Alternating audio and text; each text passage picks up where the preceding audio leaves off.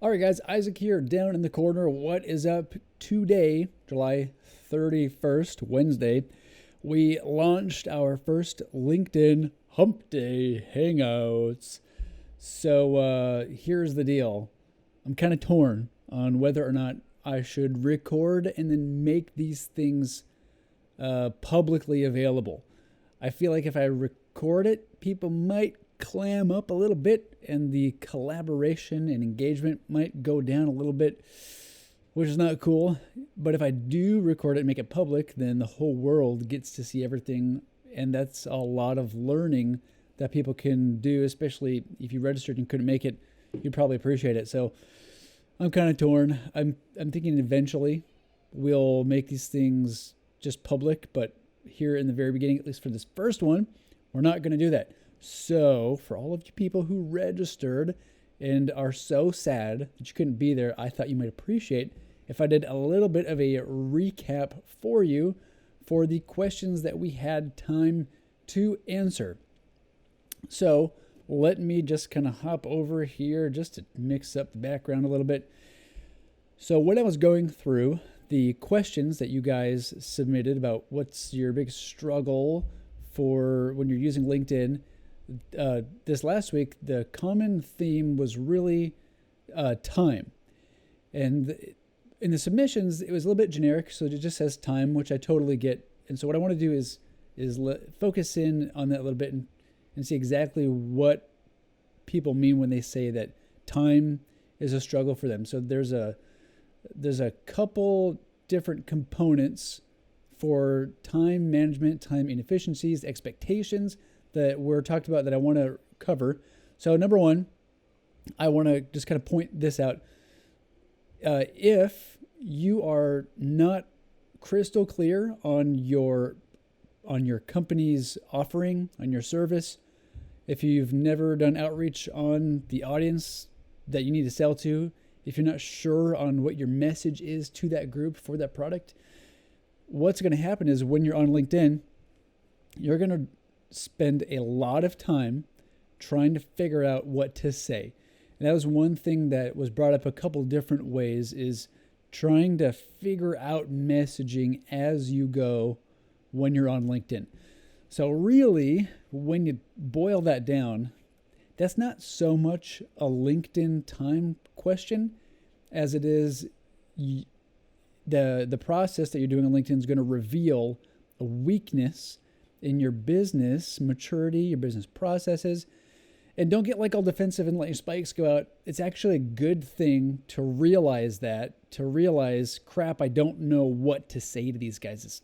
It's good that you know it now, to feel that rub now so that you can fix it now, because it just has to be done. So that's one pain point as far as time goes, that both people who are doing LinkedIn themselves and service providers are absolutely going to feel. What is the message that you say to the audience? Does it resonate with the company? Does it resonate with the audience? Does it sell? Does it work? But that's more of a business development thing than a LinkedIn thing. It matters on LinkedIn, but you can't fix that on LinkedIn. You got to fix it, IRL, in real life, do a whiteboard, whatever. Another time friction that people experience is basically, there's a amount of time that you need to spend on LinkedIn. So if you're paying per click, it's kind of nice because you're relying on a platform to do that. You can just pay more for more leads. With LinkedIn, if you're doing high ticket B2B sales and you're talking to decision makers, the time, you just can't get around. You need to invest in earning people's trust. Just is going to take a little bit of time. And there's going to be a sweet spot where it's worth your time. Oh, there we go. Just got a Slack from my teammate.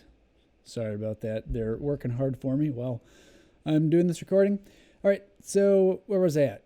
Oh, yes, there's a sweet spot. How much time should you spend on LinkedIn getting leads, compared to your average sale price? That's a really great question that was asked. So let me do this. All right, here. So the KPI sheet, let's do this.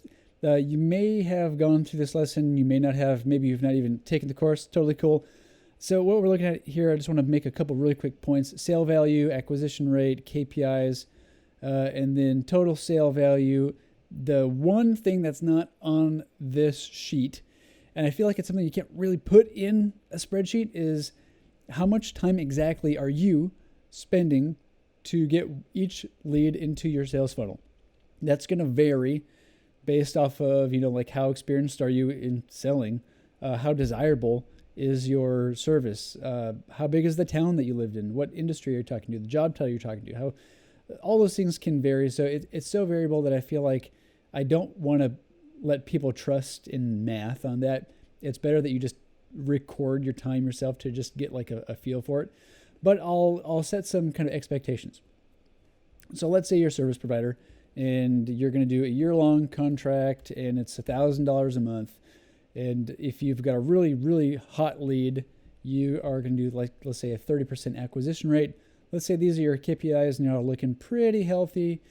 You can say, all right, if I send out 1,500 connection requests, I can expect around 6 acquisitions, 6 deals, close about $77,000 in sales, which is totally cool. But the question is, there's that unseen hidden cost of how much time are you going to spend on LinkedIn to make this happen? And this is a generalized statement, but I have to pay people hourly, so I track time. And what I found is it takes between 2 and 3 hours. If what you're selling is, the more desirable it is, the less time, because it's easier to convert people to sales funnels. So let's say 2 hours. If it takes 2 hours to convert one person to your sales funnel, then that's really good info for you to know. So you go, all right, if converting 20 people to my sales funnel is going to take 40 hours, is 40 hours of sales time worth $77,000? I can't answer for you if it's worth it, but that's something that you need to know with your business. Can you or someone on your team spend can they spend 40 hours to do $77,000 worth in sales? Is that worth their pay? What are your profit margins? Can you do that? And what you'll find is, if you are the business owner or you're just really busy, maybe that number here is too slow of growth. What you'll find yourself wanting to do is you'll have two things, two paths you might go down. Path number one is, if these numbers look good, but you don't have that kind of time, the growth is too slow, you might say, you know what, I need to build an in-house team. If you can get that in-house team to send connection requests and the first message after the connect, that's going to take your hours that you spend and cut them down by probably knock off 60% ballpark, 60% less time. You have to pay somebody else to do that, but it's going to mean a whole lot less of your time. And if you can get away with paying them for a few hours and it works, go for it. But do the math there on your end. The other route that people go, if they feel like this is too slow, is they'll go, you know what, let's just automate.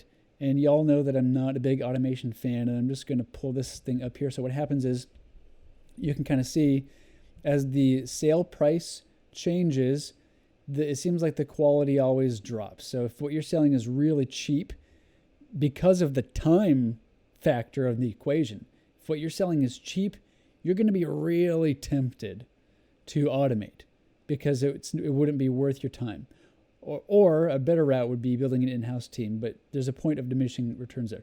So if I go up here and say, you know what, if what you're selling is B2B, woohoo, and it's $1,000, 30% acquisition rate, if your average sale is $1,000 and this is going to take you, let's say 40 hours to make $6,000, it's not going to be worth your time. So the question, it's a really good question. It's a really thing to be aware of is, how much time should you spend converting to sales funnel for your total sales? And does that total amount of time mean that you need to adjust what you're selling on LinkedIn, or maybe increase your prices or that kind of thing. So in general, a good kind of rule of thumb is, like 8,000 to 10,000. If what you are selling is less than $8,000 or $10,000, LinkedIn might not be the best place for you to do one-on-one B2B sales. If it's less than 8,000, if it's like, 6-ish, then you might want to go the route of building an in-house team, spending less time and then paying them a lot less. That can be a solution. But if you're dealing with, if what you're selling is $25,000 over the course of a year, I mean, if it's $25,000 and can you do 40 hours in sales to make $160,000? If these are your KPIs, that's a question that only you can answer, because you know how valuable your time is. And anyways, yeah, it's a good question. Time efficiency, is it worth it? Should it adjust your price when you're on LinkedIn? When is it not a good deal? When should you do an in-house team? That kind of thing. Great questions. All right, so that's the kind of recap. There were a couple other questions, but the time thing was really front and center in a lot of the questions and dialogue. So I wanted to just bring out a couple of those here in this video. So next week, we are going to do Hump Day Hangouts. I will be on a little bit of a vacay, but we're going to do it anyways because you guys are fun. This is fun. It's cool.